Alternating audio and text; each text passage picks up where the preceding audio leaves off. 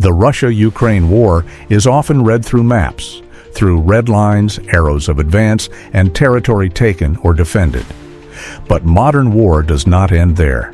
Today, perception is as decisive as military position, sometimes even more so. A city can be controlled by force, yet without a convincing narrative, that control remains fragile. In modern conflict, what is contested is not only land, but meaning. Who appears to protect, who seems to restore order, and who is perceived as the source of suffering. This is the point where war quietly shifts from the battlefield into the information space.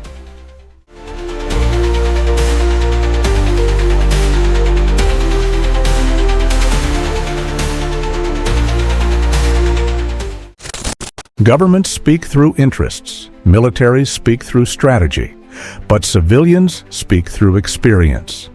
And for a global audience, experience often feels more real than statements or briefings. When officials speak, people listen with distance. When generals speak, history reminds audiences of propaganda. But when civilians speak, the world listens differently. There is no jargon, no strategic framing, only fatigue, quiet voices, controlled gestures, and the most basic desire to live without constant threat. In information warfare, this simplicity is powerful, not because it is dramatic, but because it feels authentic. Videos emerging from conflict zones often show something unexpected. No fighting, no explosions, no gunfire, no symbols of victory. What appears instead is exhaustion, a shift in atmosphere, a sense that life, however limited, continues after control has changed. The tone is not aggressive, not emotional. It is calm, and precisely because of that, it feels convincing. In modern warfare, calm often persuades more effectively than celebration.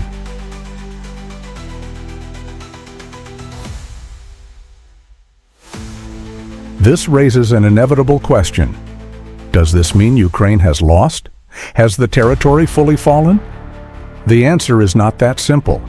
In modern warfare, control can be temporary. Cities change hands. Situations evolve. But one signal matters greatly. When a party is willing to display civilian life openly, it sends a message, not to the enemy, but to the outside world. A signal of control, of relative stability, of order. And Russia is acutely aware of the power of that signal.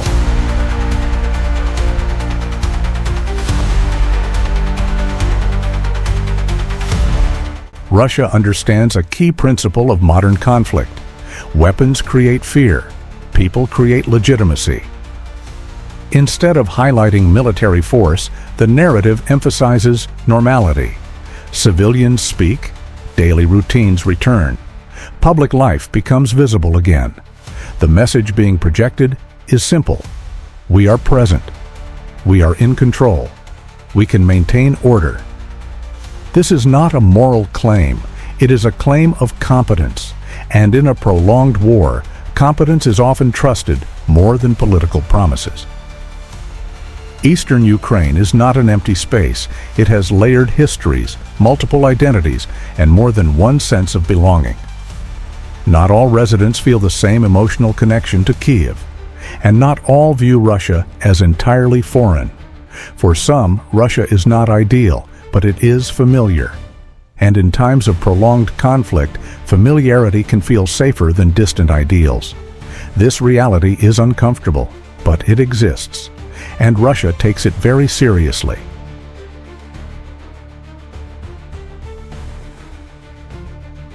Feeling safe does not mean ideological agreement.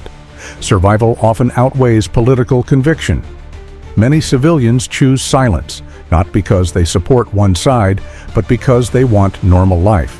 Silence is often misread as consent. More often, it is a survival strategy. Official narratives tend to be binary. Life under war rarely is. Russia exploits this gray zone with notable effectiveness. Ukraine rejects these testimonies, labeling them propaganda and pointing to conditions of occupation. This argument is valid and cannot be dismissed. But it is also largely normative, correct in law, correct in principle. Yet it does not always address the psychological reality experienced by civilians on the ground. This is where Ukraine faces a serious challenge, not of legitimacy, but of resonance.